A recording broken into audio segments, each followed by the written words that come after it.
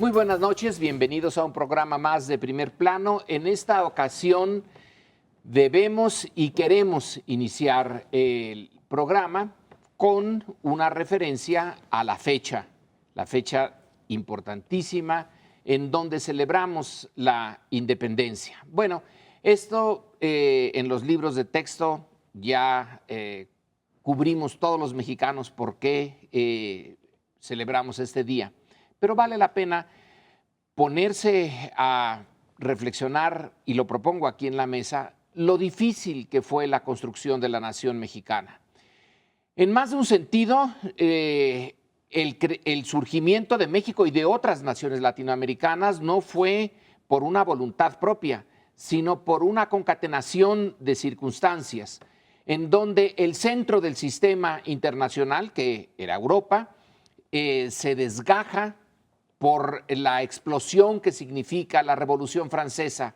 La Revolución Francesa y Napoleón es una energía enorme que sale de Europa y, entre otras cosas, pone a la propia España en condiciones de buscar su propia independencia. La invasión napoleónica de España es la que debilita los hilos de la relación con su imperio de América, y en ese imperio de América México y Perú eran las dos joyas.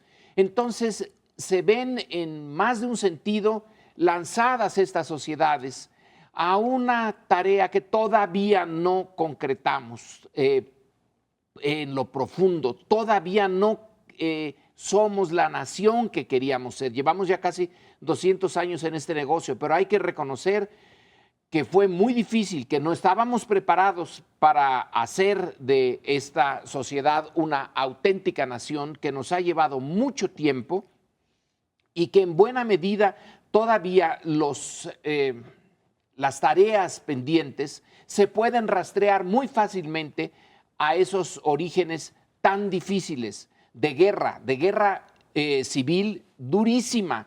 México es de los países de América Latina el que entra primero en una guerra en serio entre toda la sociedad. Y ya después pasó también lo mismo en otras partes de América Latina, y en algunas simplemente no tuvo lugar eso. Aquí está el tema, lo difícil que es construir una nación como México. Sobre todo cuando a esta nación se le indigesta lo internacional, porque desde un primer momento a México se le indigesta lo internacional, no sabe bien a bien cómo digerirlo, porque sí viene del exterior las fuerzas que rompen el parroquialismo, porque tal vez ustedes, algunos de ustedes en el auditorio no recuerden, no sepan, yo no lo recuerdo, lo sé, que la colonia no podía tener relaciones con otros países, tenía que hacerlo a través de la metrópoli. Por tanto, formábamos parte de un continente, pero a través de Madrid. No directamente nos podíamos relacionar con Perú o con Argentina. Y cuando nacemos como país independiente, a los 20 años, 25, viene una guerra terrible que nos cercena la mitad del territorio, porque los padres que nos dieron patria nacen con la idea de que el mundo los va a recibir con muy buena disposición y que los va a incorporar, y nada de eso. El mundo de las potencias se le echa encima a México y lo saquea por donde puede. Francia, España, Inglaterra, Estados Unidos, el Vaticano, todos se lanzan contra las riquezas de México. Perdemos la guerra con Estados Unidos y se nos indigesta lo exterior, y no volvemos a estudiar lo internacional sino hasta 1970, cuando ya se crean los programas para investigar Estados Unidos. Es decir, yo diría que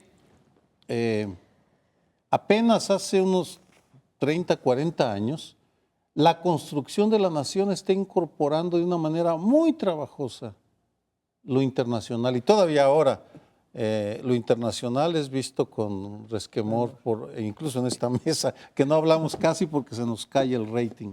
Yo te voy a hablar de China en un ratito más para que veas que también metemos lo internacional. Yo creo que de las tareas pendientes en un día tan señalado como hoy, después de 200 y pico de años de tener, en fin, de que haya arrancado la guerra de independencia, es empezar a explorar historias alternativas o versiones alternativas de México. Uno puede entender cuando lee la historia que la formación del espíritu nacional, el sujeto colectivo llamado nación, supuso muchos recortes y supuso que se tratara de crear la figura. El siglo XX se entroniza esta figura del mestizo como el mexicano, digamos como la gran esencia de la historia nacional, pero esto llevó a recortar, y hasta la fecha sigue siendo una deuda histórica, el tema del México plurinacional. Seguimos siendo un país en el cual las lenguas autóctonas siguen siendo cercenadas, siguen siendo oprimidas por la llamada lengua nacional. La construcción de la nación lleva a recortar eso. Este país tiene una deuda consigo misma, con el vínculo africano. Hemos negado que efectivamente también tiene este país. Muchos países latinoamericanos lo reconocen abiertamente, a pesar de que la contribución demográficamente hablando fue menor, pero la raíz negra de México en la historia patria está negada, y esta relación complicadísima que tenemos con la colonia. Tendemos a cortar efectivamente 3 siglos la continuidad de la historia porque nos resulta incómodo hablar de una colonia que en muchos sentidos explica buena parte de la cultura política y administrativa que tenemos, pero ha sido borrada de los libros de historia. Se entiende en la formación de una nación, pues tienes que empezar a hacer cortes y recortes, pero en este caso veo 3 fundamentales que son los que enunciaba. La más importante, por supuesto, es la deuda con los pueblos indígenas. Yo veo ¿Podría esta simplemente adelante. añadir una cifra? Recuerdo que Gonzalo Aguirre Beltrán aseguraba en un artículo académico de que trajeron al mismo número de africanos que de españoles. ¿Y qué les hicimos? Pues Se mezclaron buena parte de se ellos. mezclaron, pero según Aguirre Beltrán, que era un historiador, vino el mismo número de castellanos y murcianos y gallegos que de negros. Había más, se supone, ¿no? En el momento de la independencia, No sabía más yo. población negra que blanca en México. Pero en fin, no me extiendo. ¿Ya? Dice y nos convoca Lorenzo digamos, a la reflexión de qué difícil es construir una nación, ¿no? Sí, son un poquito más de 200 años, pero no puedo dejar de mencionar que pues, Estados Unidos fue lo mismo, nos llevan por 25 años en su independencia, no más, o sea, en tiempo histórico, pues la diferencia es muy poco, 225 años, y sin embargo es una nación, la de Estados Unidos, mucho más constituida y desde hace mucho más tiempo, ¿no? Con instituciones más fuertes, con mucho más homogeneidad en términos socioeconómicos, culturales, etcétera, ¿no? Ahí triunfó, por una parte, el federalismo, triunfó, no sé, la ética protestante, qué sé yo, pero se constituye como nación, y yo creo que tiene razón Lorenzo en que en México seguimos luchando por acabarnos de constituir, y cuando digo acabarnos de constituir, lo que digo es constituir instituciones fuertes y una ciudadanía fuerte. Esa es una. Y la otra reflexión es que sí me impresiona mucho que desde que se hizo la independencia en México hasta el día de hoy, pues tenemos pendientes muy similares. En 200 años de historia no hemos podido resolver el problema de federalismo versus centralismo. Somos formalmente federalistas, pero hemos sido un país muy concentrador y centralizador del poder. No hemos podido resolver el problema de la hacienda pública, que siempre ha asolado a nuestro país desde que nos hicimos independientes. No hemos podido resolver el problema del Estado de Derecho. Menciono esos 3 para no alargarnos en 200 años. Y pues me da vergüenza, pero no puedo ofrecer una explicación, simplemente constato el hecho de que no hemos podido superar esos obstáculos en 200 años. El argumento de Estados Unidos me parece bueno porque nos sirve muchísimo. Estados Unidos es una nación muy exitosa porque viene de otra nación exitosa que es Inglaterra. Le tomó siglos a Inglaterra, literalmente siglos, constituirse. Y luego manda una parte de ella al continente americano y desplaza lo que había. En el caso mexicano es exactamente al revés. España. Aquí tenemos a una minoría de minorías, son muy poquitos los españoles que llegan, pero una cosa minúscula, una gota en este océano, incluso el océano, aun cuando las enfermedades y la catástrofe demográfica lo minó mucho, los españoles siguen siendo lo más pequeñito que hay. En cambio, en Estados Unidos, la parte europea y sobre todo la parte inglesa es la que domina. Ellos ya traían la nación encima, ya llegaron con ella hecha, nada más como cuando alguien se va de campamento y lleva en la mochila y de repente con unas cuantas varitas y una lona y hace la casa, ya la llevaban. Desplazaron a los indígenas y quitaron a los negros de la nación. Entonces les resultó bastante más fácil porque tenían toda una extensión rica, interesante, traían el bagaje institucional que respetaron, desde el principio respetaron sus instituciones y entonces eso se desarrolla de una manera sorprendente que en México no podía ser, porque aquí la mayoría, aquí cuando se divide en dos repúblicas durante la colonia, la República de Indios y la República de Españoles, en el mismo territorio ya se están formando dos Méxicos, dos grandes Méxicos.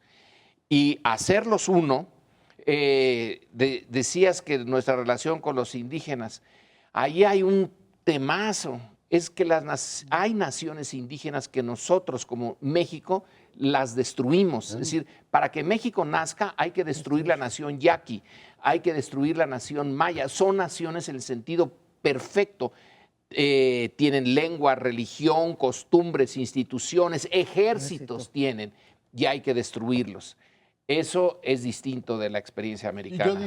Yo diría que Estados Unidos ha sido tremendamente exitoso en crear instituciones, en crear Estado y hacer funcionar una economía que aquí nunca se ha logrado. Esto fue un desastre económico desde el inicio y demográficamente las diferencias entre la colonia, la Nueva España y la Nueva Inglaterra eran enormes. Pero Estados Unidos ha sido igualmente incapaz de crear una nación multiétnica en el sentido, digamos, más incluyente del término. La primera explicación de cómo se forman como nación excluye a los indígenas. Dos, la contribución decisiva que hicieron la mano de obra africana, hasta la fecha la siguen negando, está en los casos de Missouri, y ahora viven empecinados en negar que la contribución de los hispanos al crecimiento y la prosperidad de los Estados Unidos es fundamental. Es más, Huntington llegó a escribir que éramos un peligro para su identidad. Por tanto, tienen también un montón de pendientes en temas nacionales, no en forjar instituciones y que funcionen en el Estado. En eso han sido mucho más exitosos que nosotros, pero tienen capítulos pendientes de la historia atroces. Un recordatorio numérico porque para ilustrar la lentitud en la construcción de las naciones, que es un proceso, por cierto, inacabado. Siempre. Pero en la Edad Media había 5,000 países en lo que ahora es Europa. 5,000. 5,000 unidades políticas que eran el equivalente a países, ducados, ciudades libres, había principados. Había de todo, vamos. Y les llevó siglos gradualmente ir reconstruyendo como estados-nación. Fue un proceso de enorme lentitud que todavía no termina, ahora son 28, pero bueno, son 28 tomando en cuenta que los Balcanes ya se hicieron pedacitos otra vez, 100 años después de la guerra, cuando se empiezan a fragmentar.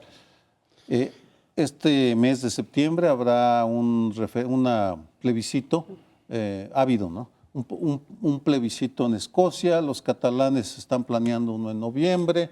Es decir, la historia nunca está acabada. No quiere decir que en México se vaya a hacer la República del Estado de México, porque no es el caso, no creo que lo vayan a hacer en este sexenio. Lograr. Pero sí, la historia es demasiado lenta tal vez para el gusto de los humanos. Pues sí, pero seguirán los años, seguirán pasando y ojalá y sí logremos estos pendientes que, como dices, sí, tienen episodios atroces los norteamericanos, pero nosotros tenemos episodios atroces e instituciones por construir. Es que la historia fue más dura con nosotros que con ellos. Con nosotros fue durísima la historia que tenemos atrás. Celebremos de todas maneras la independencia y espérenos para unos minutos. Pues de alguna manera seguimos con nuestros padres fundadores y el tema que les proponemos ahora es el de la cultura política, porque la cultura política es un ingrediente importantísimo en la construcción de las naciones. La propia cultura es una construcción, es algo que se va creando y se va reproduciendo y se va transformando a lo largo de los años, pero nos interesa ligar la historia con el momento presente y no podemos sino recordar pues esta desafortunada afirmación que hizo en algún momento dado en una entrevista Enrique Peña Nieto, diciendo que el problema de la corrupción en México, no dijo que era endémico, pero era un problema de cultura política. Y muchas veces cuando hablamos de cultura política decimos una cosa cultural, entonces en algún sentido estamos bajando los brazos, nos estamos rindiendo, estamos diciendo que para que cambie esto, pues van a tener que pasar, no sé, otros 200 años tendremos que esperar.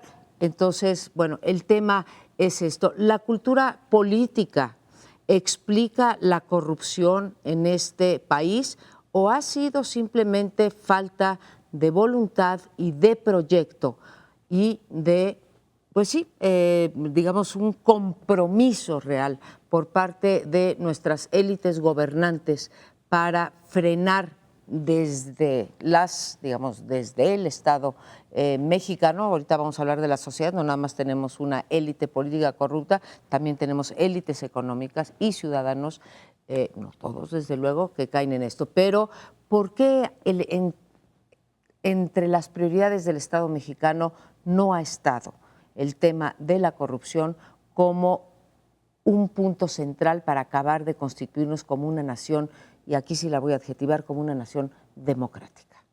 Si uno ve culturas de otras partes que ahora se distinguen por su honradez, por su eficacia en el ejercicio del poder, por ejemplo, los países escandinavos, encuentra uno, yendo más a fondo, áreas en las que son brutales y corruptos unos grupos, unas organizaciones que trafican con drogas, que trafican con personas, están en Suecia, en Noruega, en Dinamarca, pero son bolsones que están acotados por una institucionalidad que los limita, son objeto de literatura, de la literatura negra escandinava, y esa misma literatura nos dice cómo en el momento en que se quieren pasar de ese margen en el que están, llegan las instituciones y los detienen, no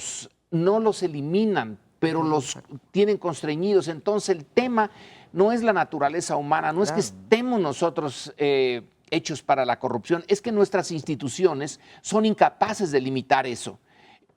Quizá todos los seres humanos en algún momento pueden tener la tentación de actuar de manera corrupta porque personalmente nos conviene, pero si sabemos que la institucionalidad es seria, entonces nos lo tomamos con más cuidado y en parte por convicción, en parte por conveniencia, no somos corruptos.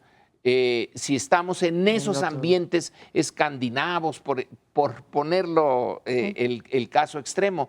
Pero el problema no es de la cultura política, es de la institucionalidad que permite y fomenta esa cultura. Yo creo que tienes toda la razón y así es. Desde los clásicos trataban las formas puras e impuras de gobierno y siempre el elemento de anteponer el interés personal, que es lo que te lleva a la corrupción, al interés público, es decir, el interés de la colectividad, te llevaba a que efectivamente el monarca se convirtiera en un tirano, la aristocracia se convirtiera en oligarquía y así sucesivamente. Claro que tiene que ver con las instituciones, pero hay un tema interesante y polémico y tiene que ver con los umbrales culturales que cada sociedad tiene para convivir con la corrupción. Y en el caso de México creo que son muy altos. La, digamos, convivencia con modos corruptos entre lo público y lo privado es quizá una de las más discordantes del mundo. ¿Qué quiero decir con esto?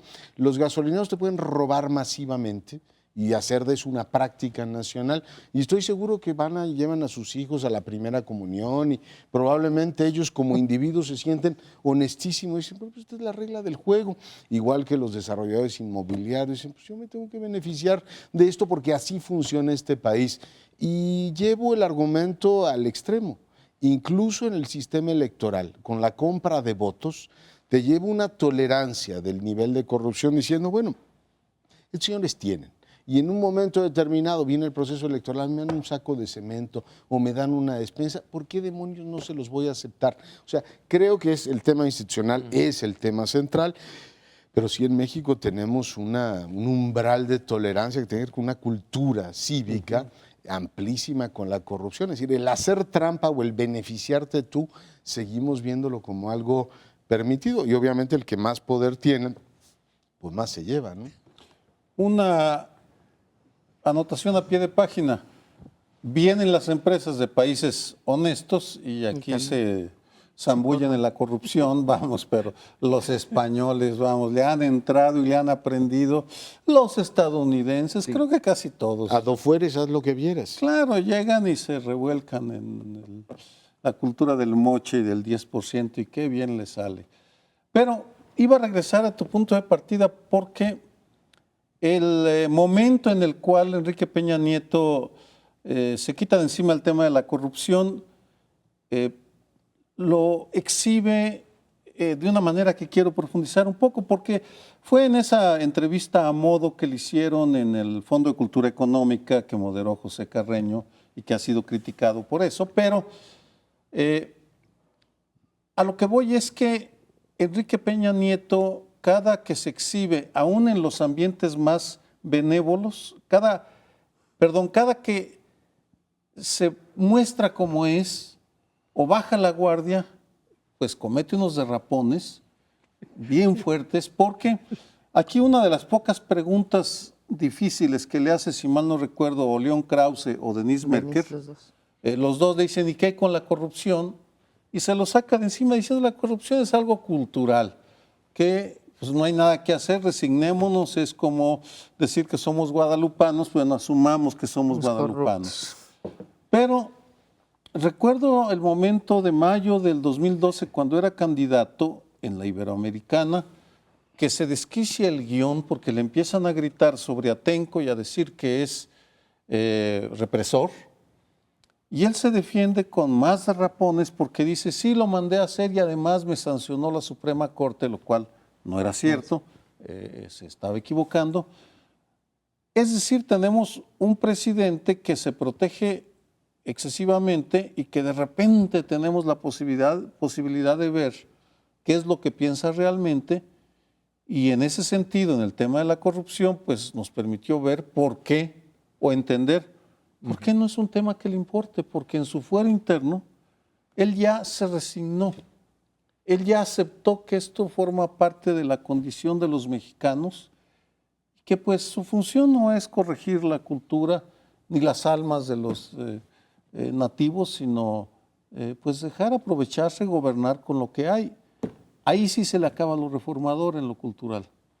Es preocupante lo que dices y concuerdo, porque a lo que lleva la posición o la afirmación de Peña Nieto es a decirle a los mexicanos, a ver, vamos a crecer, vamos a tener un programa de infraestructura, vamos a invertir muchísimo más en Pemex y nos vamos a volver como nación más rica, etcétera, pero tenemos que incorporar el costo de la corrupción como un costo más, así como tenemos el costo laboral, tenemos el costo en capital, también tenemos el costo en corrupción. Y entonces ya, en efecto, como tú dices, simplemente lo estoy poniendo con otras palabras, Sergio, es decir, asumamos que en este país así son las cosas, hay corrupción y, bueno, pues una mercancía que nos podría costar 10 pesos nos va a costar 10,50 centavos porque hay que pagar el costo de la corrupción. Y con respecto a la parte esta de las instituciones, pues en efecto, yo coincido con ustedes dos, con Lorenzo y Leonardo.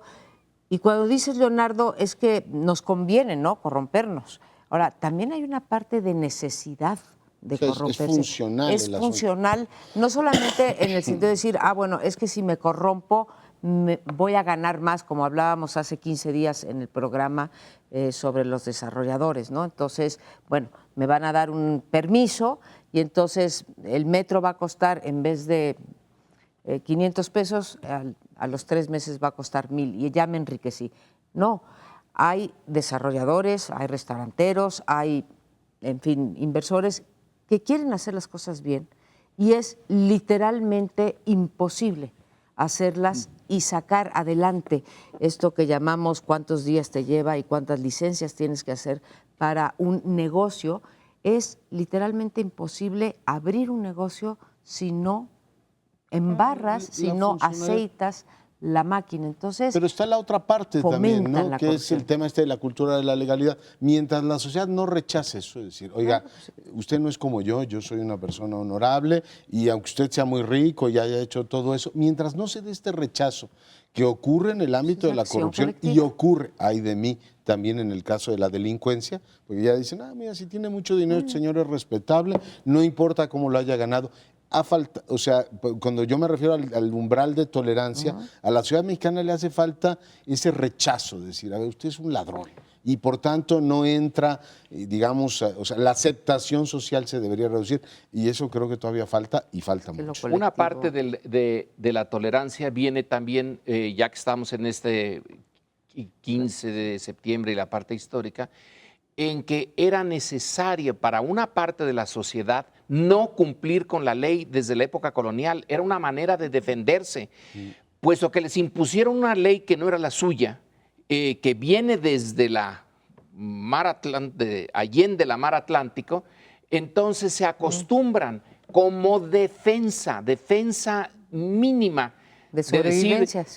Bueno, nos imponen esa ley, bueno, sí, en la medida en que pueda, no la cumplo, porque no la considero legítima.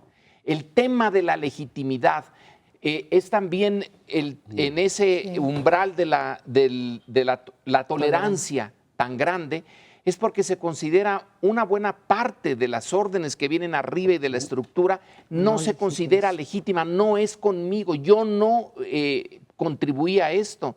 Entonces, sobre todo en las comunidades indígenas, el ser socarrón y decirle al otro, sí, pero en cuanto pueda no lo cumplo, es una manera necesaria de defensa que se ha ido, algo sigue todavía hasta el día de hoy. Tienes toda la razón. El tema estrategia de sobrevivencia. En esa época Felipe II ponía las reglas, pero ahora el Felipe II está en Chapultepec y San Lázaro y seguimos sin hacerlo y sigue habiendo esta tolerancia a vivir así, ¿no? Sí, porque ahora sí las reglas son producto del consenso de las fuerzas políticas, nos representen o no ahí en el Congreso.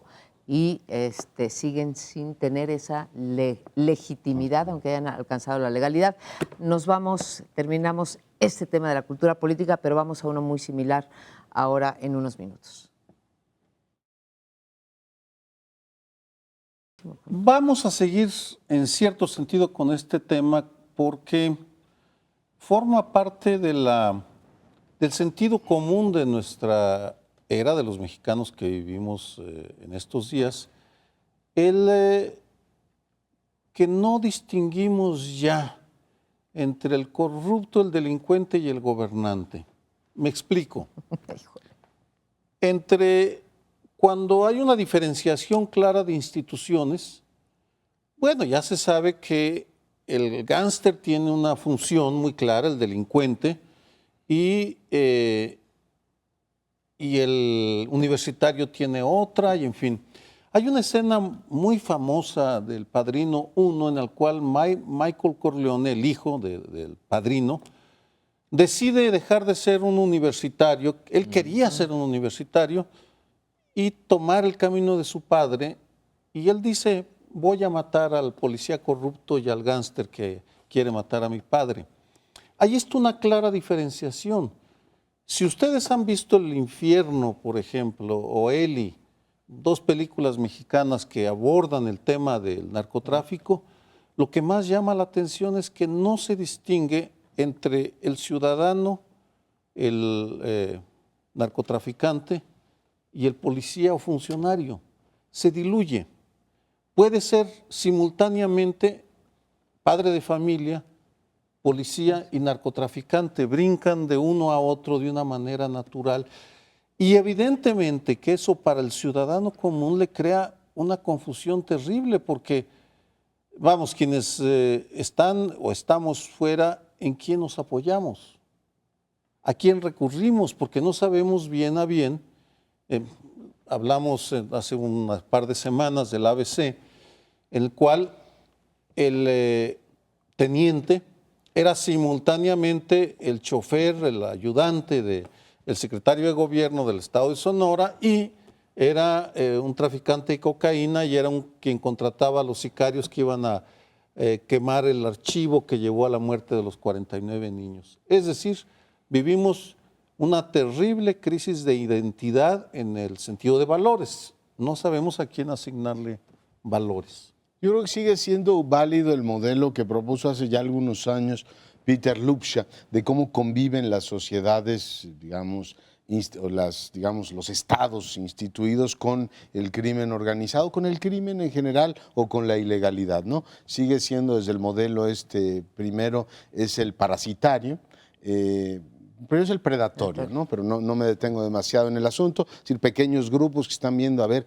cómo medran o cómo se meten al Estado, corromper a algún policía para obtener alguna ventaja. Después viene el parasitario, que es ya cuando controlas un segmento completo y la sociedad lo considera normal. Este país, por ejemplo, ha considerado a lo largo de su historia que el control de las fronteras se puede efectivamente dividir con el crimen organizado, el contrabando. Antes se vivía del contrabando, ahora se exportan drogas y todo lo demás, y eso se consideraba perfectamente normal. Hasta el simbiótico, que es en gran medida el que tú describes, ¿no? Es decir, tú ya en Michoacán llega un momento en el cual dices, a ver, aquí quién es el delincuente, quién es el presidente municipal y quién es el policía. Es decir, se empieza a convivir ya en efectivamente pues muchos ámbitos. Creo que no es nacional esto, creo que una buena parte del país vive todavía el fenómeno parasitario y salvo quizá Michoacán y algunas regiones de Tamaulipas, hemos entrado ya directamente al modelo simbiótico. Pero sí, si no cuidamos ese tema,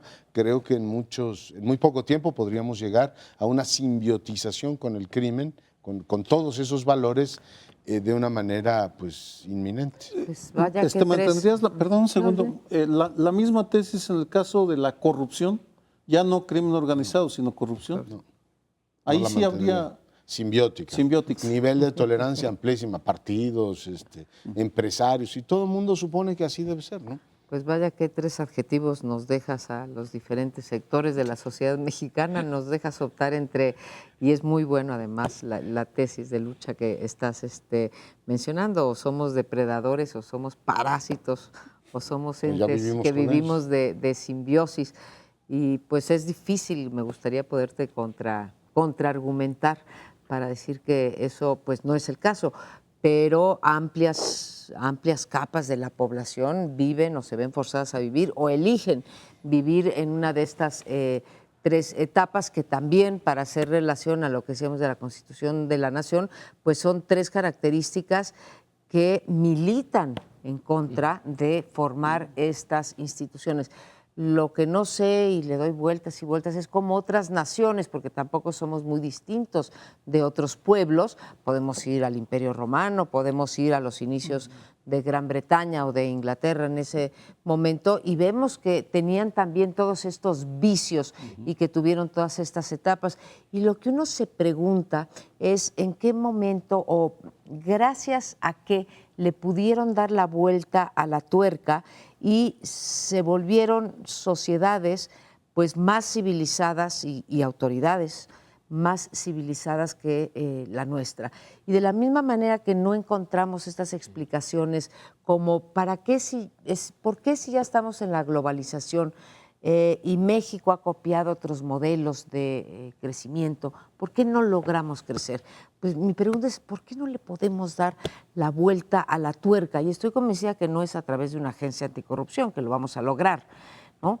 ¿Dónde está eso? ¿Cómo pudo Estados Unidos o Inglaterra hacia finales del siglo XIX y pasando al XX volverse una sociedad no corrupta? Porque lo era una sociedad, la victoriana, pues muy corrupta. Y le dieron la vuelta y lo mismo, pues otras naciones, ¿no? Singapur, para tener ejemplos más recientes. Es- ¿Cómo le hacemos? Es muy buena pregunta. Yo también me la he hecho. ¿Dónde está? Yo creo que son momentos dramáticos. Supongo, por ejemplo, que la Primera Guerra Mundial, a la hora de pedir ese sacrificio tan absurdo, tan increíblemente fuera de la racionalidad, de que millones se murieran ¿por qué? ¿En aras de qué? De la nación, etcétera. Cuando termina esa guerra, se vuelven las sociedades europeas que la padecieron más exigentes. Es cuando aumenta la democratización de Europa y esa parte de ustedes son el montón de hormigas y nosotros somos los aristócratas, en algunas de ellas va desapareciendo porque les cobran a los de arriba el increíble crimen en que sin darse cuenta metieron a toda la sociedad. Son algunos de esos momentos. Necesitamos un momento, porque sí ha de ser un quiebre de un círculo vicioso para convertirse en virtuoso. Y una vez que se convierte el círculo virtuoso, creo que ahí ya no hay necesidad de ningún momento dramático. Simplemente va pasando el tiempo y se va haciendo cada vez más una sociedad de leyes. Pero es una hipótesis. Yo agregaría como hipótesis tremendamente prosaica la carga fiscal. En la medida en que los ciudadanos en Inglaterra, en Estados Unidos, etcétera, veían cómo la carga fiscal era cada vez mayor sobre sus hombros, fueron limitando el poder real, ¿no? Diciendo, a ver, aquí lo que no podemos es tener un nivel de abuso como el que tenemos. En México hago votos para que así sea, a pesar de que la carga tributaria es cada vez mayor sobre nuestros hombros, también que la gente paga más impuestos. Somos un país que paga muy poco. Las élites pagaban poco, por consiguiente consideraban que el Estado pues, tenía su autonomía y con ellos no se metía, y el pueblo llano no pagaba porque es tremendamente pobre. Pero en la medida en que la carga fiscal aumenta, el ciudadano tiende a ser mucho más exigente con el dinero público y en consecuencia con las reglas con las que se distribuye el mismo. Ahora mismo el clamor social que ha habido a partir de esa entrevista, que fue una cosa bastante menor, ¿no? Pero ha sido el clamor social, una cosa no querida por el presidente ni por los conductores del programa, se convirtió en el gran tema. La gente dice, oiga, yo estoy pagando cada vez más impuestos hasta sobre el refresco que me bebo y resulta que aquí no veo claro, ¿no? Es decir, yo pongo ese como una hipótesis. Es decir, si va creciendo puede efectivamente reducirse eso. Tenga usted razón. Acabas de mencionar un tema que me va a llevar a romper una confidencia, la voy a encubrir. A ver. Confidencia política. Digamos que del entorno mexiquense que acompaña a Peña Nieto, alguien comentó después de ese hecho, con un dejo de lamento, diciendo: lo único que extrañamos del Estado de México es que allá no nos cuestionaban la manera como manejábamos el dinero. A lo mejor es un rumor, no puedo ir más allá, pero en todo caso, me parece que están dadas las condiciones, no solo por eso, sino por otros factores, para que haya ahora un clamor en torno a la corrupción. Si uno revisa los momentos de los que tú hablabas, parteaguas, los parteaguas de México han tenido diferentes prioridades. En el 68 era que acabara la represión, el uso de la fuerza. En el 88 que hubiera elecciones limpias. Siento, es una hipótesis, que estamos en una etapa de nuestra historia en la cual la corrupción ya nos hartó. Y nos hartó por diferentes motivos y algunos porque somos vecinos y ya estamos hartos de ver a los que nos destruyen nuestro entorno para beneficiarse unos cuantos, o las gasolineras de que vas y ya ves al que ya dices, ¿cuánto me vas a robar hoy, miserable? Por los motivos que sea, está ese clamor. Aquí la pregunta es si habrá algún actor político importante que realmente encabece ese clamor.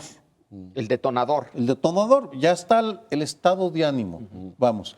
Falta que haya una fuerza política que esté decidida a encabezar el tema y a catalizar, a ser el catalizador, porque si dejamos a los partidos como están, bueno, van a decir que sí, pero no van a hacer nada. Pues me dan muchísima esperanza sus tres hipótesis, porque las tres están abonando al terreno, y de la misma manera que logramos la democratización del voto, nos llevó, ¿qué? Casi 3 décadas, pero se logró. Si empezamos ahorita a subir el nivel de exigencia, a pedir servicios por nuestros impuestos y a dar, digamos, a ponerlo en la agenda como la próxima, ¿sí?, gran conquista de los mexicanos, pues me quedo optimista, Sergio, con estas Bueno, cosas. este 15 de septiembre que mueran los corruptos. Muere el Bueno, aunque la historia nos enseña que hay que dar siempre espacio a lo imprevisto, que puede cambiar lo que son las proyecciones y las trayectorias que economistas, demógrafos, etcétera, plantean. Todo está planteado en estos momentos para que China se convierta en la primera economía del mundo. Y esto va a ocurrir en los años que vienen. Mucha gente se pregunta si los Estados Unidos están preparados, y Occidente en general, y nosotros incluidos, psicológicamente a entender este fenómeno. Muchos mexicanos siguen diciendo que China es muy distante y que no hay manera de entenderla. Bueno, yo les recuerdo a todos que es nuestro segundo socio comercial y que el comercio entre los dos países es de $60,000 millones. O sea que es tiempo de entenderlos, porque si no vamos a tener un problema serio. La gran discusión entre los estrategas e historiadores es apasionante. O sea, ¿qué pasa cuando un poder económico va subiendo? Se convierte inevitablemente en un rival del poder establecido, un Estados Unidos que va bajando relativamente, es decir, su hegemonía declina relativamente en un proceso lento, o pueden convivir esas dos potencias. La verdad es que hay dos tesis. Una está muy contaminada por lo que ocurrió hace siglo y pico, en donde el ascenso de poder económico y militar de Alemania llevó inevitablemente a la confrontación con Inglaterra, y eso, entre otras cosas, llevó a la Primera Guerra Mundial. Es decir, ocurrirá lo mismo entre Estados Unidos y China, y por tanto tenemos una gran conflagración en algún momento indeterminado de este siglo XXI, o bien pueden convivir las potencias. Hay muchos observadores que dicen China tiene todo el interés y los incentivos para seguir funcionando como un actor pacífico en el sistema internacional. Es una gran potencia económica y se beneficia de las economías occidentales.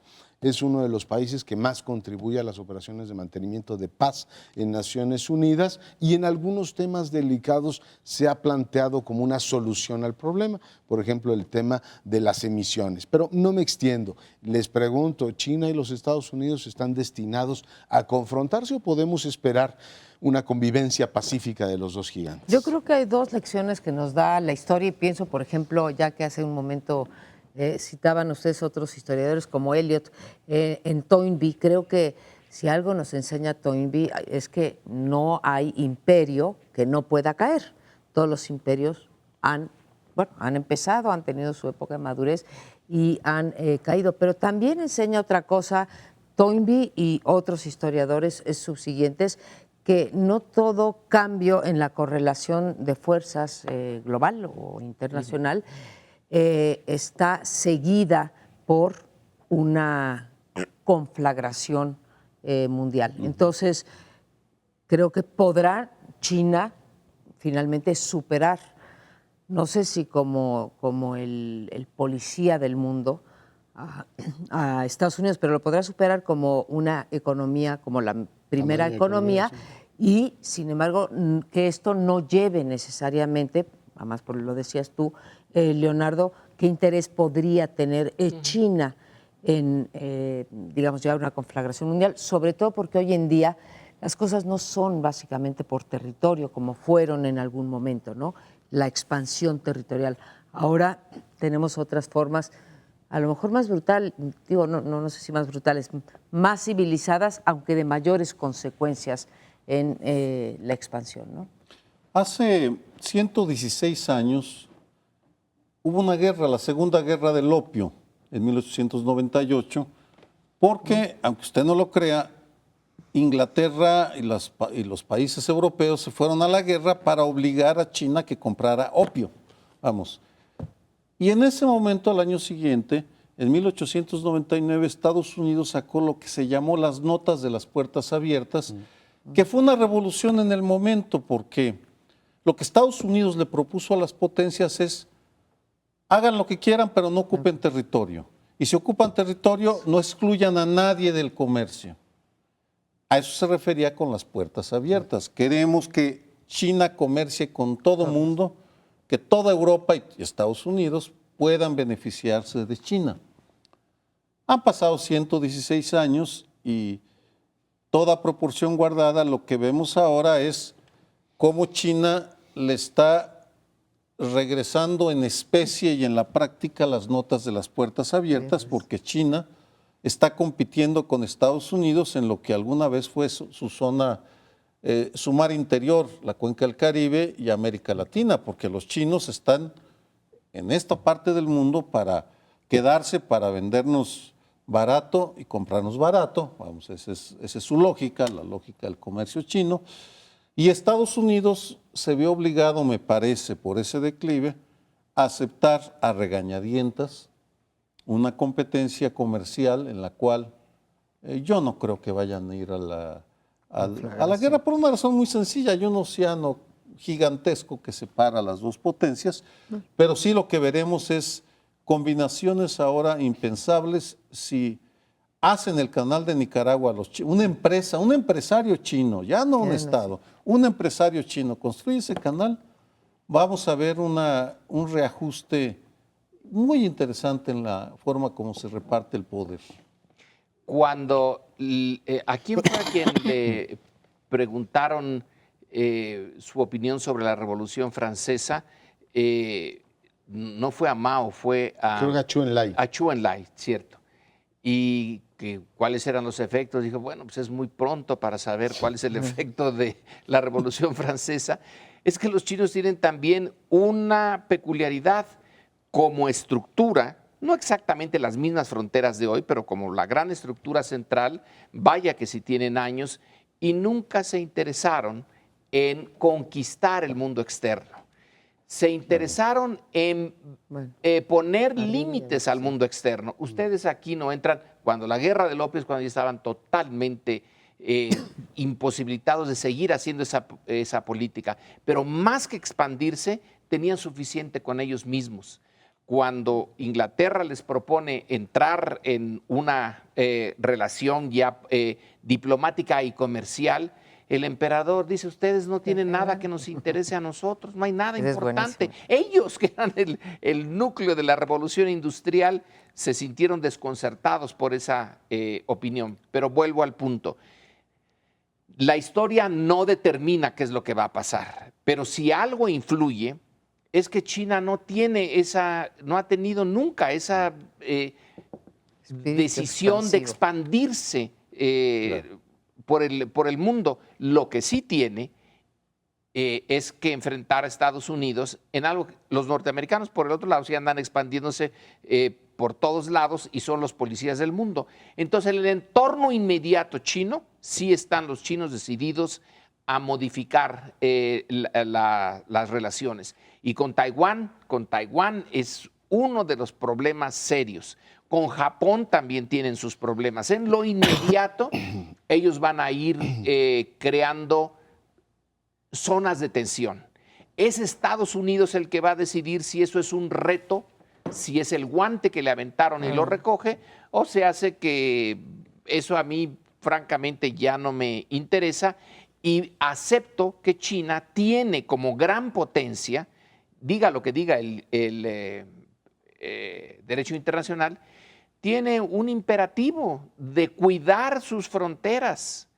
Y entonces ahí sí va a haber un cambio en las relaciones con Estados Unidos, pero en lo inmediato no creo que más allá de sus fronteras, China esté interesada en tener una presencia militar fuerte.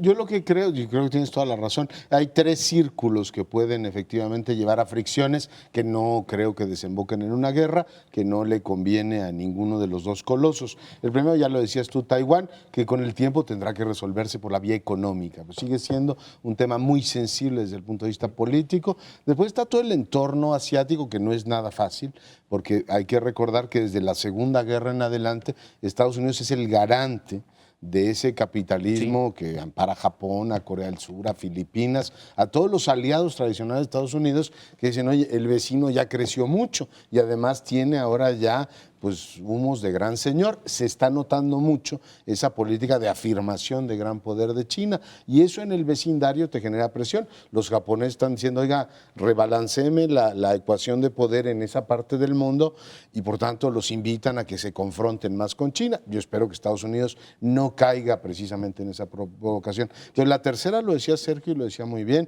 y eso hay que leerlo en clave nacional. Cuando los chinos empiezan a decir, pues magnífica su globalización occidental, ahora yo quiero invertir en su país. Las reacciones empiezan a ser muy hostiles. No, usted no puede comprar esta compañía porque es china. Usted no puede comprar estos supermercados porque es chino. Aquí en México, concretamente, para no alargarme, los chinos dicen, yo quiero entrar al paquete de infraestructura mexicano, quiero hacerles trenes y quiero hacerles aeropuertos y quiero hacerlo todo lo demás. E inmediatamente todas las empresas dicen, ¿los chinos nos van a hacer eso? No, esto pues que vengan y lo hagan españoles, que lo hagan americanos y que lo hagamos nosotros, que son los que hemos estado... ¿No le entran al moche? Bueno. No quieren todavía, fíjate, o sea, psicológicamente hay todavía sí. una resistencia. ¿Y Dragon a Mart compartir qué con te eso. parece? Pero eso y eran, falta un cuarto círculo, eran creo socios yo que mexicanos, buena parte de ellos. creo que hay un cuarto círculo que estamos dejando fuera, que es el continente africano, Leonardo. Hay ya planes clarísimos chinos Sí. de cómo comerse en términos comerciales. Lo que pasa es que no estoy seguro, ya nos tenemos que ir, que eso te lleve a una confrontación directa con Estados Unidos, pero en fin, Que era el tema. nos tenemos que ir. Viva México y que bueno, disfrute usted mucho, nos vemos aquí. Que la mueran semana los próxima. corruptos.